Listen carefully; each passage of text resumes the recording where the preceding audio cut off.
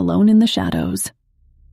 The wind howled outside, shaking the window panes as I settled into the dimly lit living room. My parents were away for the weekend, leaving me alone in our old, creaky house. It was an unsettling feeling, being in the house all by myself, especially on a stormy night like this one. I turned on the TV, hoping that the noise would drown out the eerie sounds of the house settling. As I watched a movie, I couldn't shake the feeling that I was being watched. Every now and then, I thought I caught a glimpse of movement out of the corner of my eye, but when I turned to look, there was nothing there.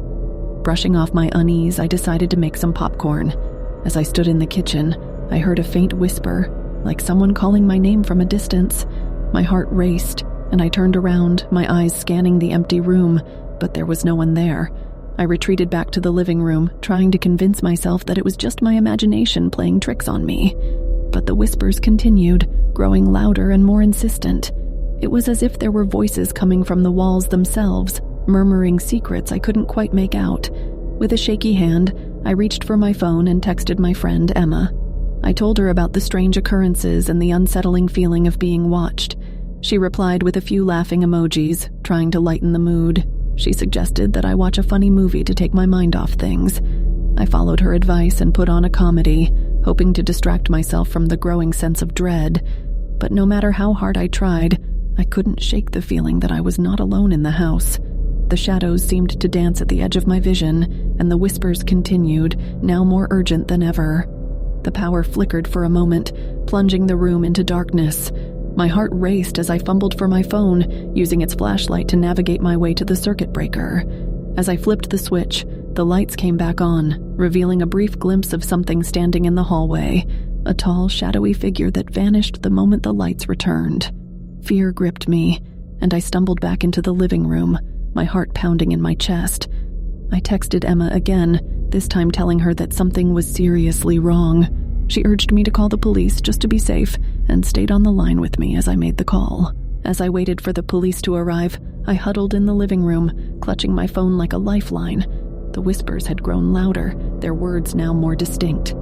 "Stay," they seemed to say, over and over again, but I had no intention of staying any longer in that house. When the police arrived, they conducted a thorough search of the house, finding no signs of forced entry or anyone else present. They assured me that everything was secure and that I was safe, but the feeling of unease remained, as if the house itself held a dark secret that couldn't be easily explained. I spent the rest of the night at Emma's house, unable to shake the memories of that terrifying evening. As the days went by, I tried to convince myself that it had all been a product of my imagination, but every time I closed my eyes, I could still hear the whispers and see the shadowy figure in the hallway. Years later, I moved away from that house, eager to leave behind the memories of that night. But even in my new home, on calm and quiet nights, I sometimes catch a glimpse of movement out of the corner of my eye, and I can't help but wonder if I truly was alone that night, or if something else had been lurking in the shadows, watching and waiting. The old Victorian house stood nestled at the end of a quiet cul-de-sac, its towering spires and ornate windows casting an eerie silhouette against the moonlit sky. I had inherited the house from a distant relative, and though it exuded a certain grandeur, something about it sent shivers down my spine. The day I moved in was gloomy, the sky heavy with dark clouds. As I unpacked my belongings, I noticed the house had an unsettling stillness to it. The creak of the floorboards echoed through the halls, and the faintest whispers seemed to linger in the air, just beyond my hearing. The first night in the house was a restless one. I tossed and turned in bed, the weight of the unfamiliar surroundings bearing down on me. Just as I was on the cusp of sleep, a soft melody drifted through the air. It was hauntingly beautiful, yet laced with sadness. I followed the sound, my bare feet padding against the cold wooden floors. The music led me to a small room at the end of the corridor. The door was slightly ajar, and the room was illuminated by the soft glow of moonlight. A grand piano sat against one wall, its keys untouched. But the music continued, and I realized it was coming from the piano itself. I approached it, my heart racing, and the music abruptly ceased. I couldn't shake the feeling that someone had been playing, yet the room was empty. Unease settled in my chest, and I quickly retreated to my own room, vowing to investigate in the morning. Over the next few weeks, the house's unsettling atmosphere seemed to intensify. Whispers grew more audible, and I often caught glimpses of fleeting shadows out of the corner of my eye. Late one night, as I wandered the hallways, the sound of soft weeping filled the air. The source seemed to come from a locked door that I had yet to explore. Using a key I had found among my relatives' belongings, I unlocked the door to find a room frozen in time. The decor was reminiscent of a bygone era, and in the center of the room stood a full-length mirror, its surface slightly clouded with age. The weeping grew louder, and I realized it was coming from the reflection itself. As I stared into the mirror, the room around me began to change. It was as if I was transported to another time, witnessing the scene that had played out in this very room years ago.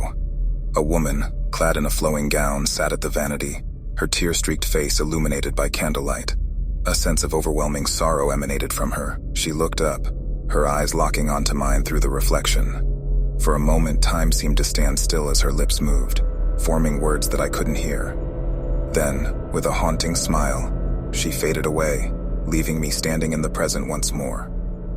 I researched the history of the house, uncovering a tragic tale of a young woman who had lived there in the late 1800s. She had fallen in love with a man her family disapproved of, and her heartbreak had consumed her. The woman's presence, it seemed, still lingered within the walls, her sorrow echoing through the years. Determined to bring peace to the restless spirit, I reached out to a local medium. She confirmed the presence of the woman's energy and guided me through a ritual to help her move on. As the ritual concluded, a profound sense of calm settled over the house. The whispers ceased, the shadows retreated, and the unsettling stillness began to fade. In the days that followed, the house felt lighter, as if the weight of its history had been lifted. The grand piano's keys occasionally played soft notes, as if in gratitude, and I found solace in the idea that the woman had finally found the peace she had longed for. Though the echoes of the past would always remain, they were no longer suffocating. The house became a place of comfort rather than fear, a testament to the power of understanding and compassion in the face of the unknown. The cottage nestled deep within a dense forest, its quaint exterior belying the mysteries that lay within. I had rented it for a quiet weekend retreat, hoping to escape the demands of modern life. As I arrived, the sun was setting, casting an orange glow over the surrounding trees. Inside, the cottage exuded an old-world charm. Antique furniture adorned the rooms, and the fireplace crackled with warmth. I settled in, relishing the peace and solitude that enveloped me. On the second night of my stay, as I read by the fireplace, I heard a soft knock at the door. Puzzled, I opened it to find a couple standing on the porch, looking disoriented. They introduced themselves as James and Emily, explaining that their car had broken down and they had lost their way in the woods. Feeling sympathetic, I invited them inside and offered them a warm meal. As we chatted, they seemed oddly distant, their eyes flickering around the room as if searching for something. When I mentioned the nearby town, they exchanged a quick glance before changing the subject.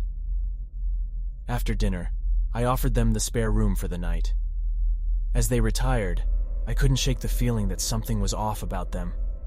I told myself it was just my imagination, attributing it to the late hour and the unfamiliar setting.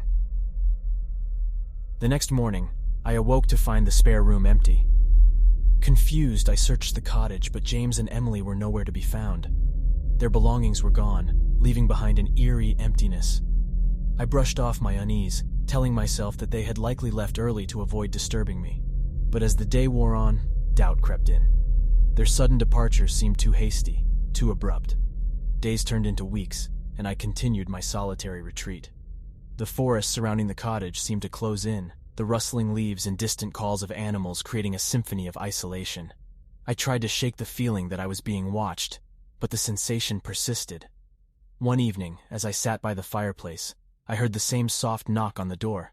My heart raced as I opened it to find James and Emily, once again standing on the porch. They wore the same distant expressions, their eyes fixed on something beyond me. They explained that they had returned to retrieve an item they had left behind.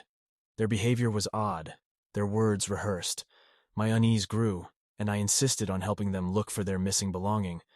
But when I turned to fetch a flashlight, they were gone. Fueled by curiosity and a growing sense of alarm, I delved into the cottage's history.